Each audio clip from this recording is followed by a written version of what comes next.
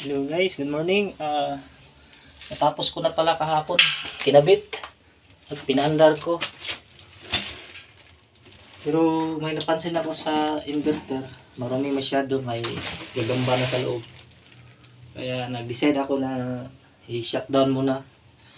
Tapos nilinisan ang inverter. Hindi ko natapos kahapon kasi gabi na. Kaya ngayon ko pinatuloy.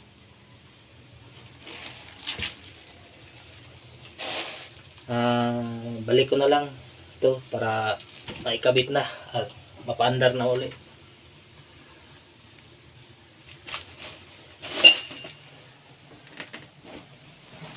Tapos pagkabit nitong cover ng inverter, next is napapagod na kasi ako sa tanggal kabit nito pag maglinis. Kasi itong minify ko na plastic cover niya para makita yung loob.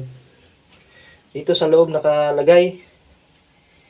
Ilipat ko sa kabila para pag maglinis ako, madali na lang tanggalin, hindi ko na ibaba yung inverter. Makikita nyo yan sa next post ko guys.